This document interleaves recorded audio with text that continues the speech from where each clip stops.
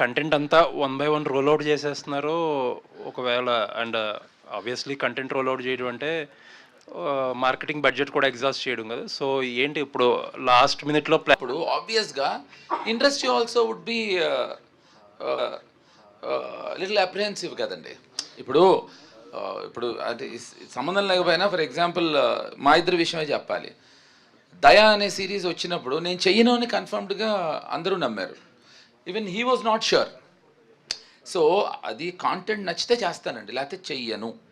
కాబట్టి ఇండస్ట్రీ కూడా వాళ్ళు కూడా నన్ను చక్క మంచిదైతేనే అప్రోచ్ అవుతున్నారు. Thank you sir, looking forward. Thank you sir, thank you అండి. లేదు జీపీఎస్ మాత్రం భాను ఇందాక ఏదైతే ఆయన అన్నారో విచ్ నేను నమ్ముతున్నా అండి. లేకపోతే ఇంత ధైర్యంగా నేను అంత మహానుభావుడి సినిమాలతో నేను మాట్లాడేవాడిని కాదు.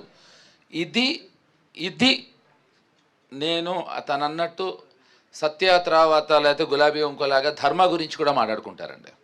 Thank you sir. Thank you sir.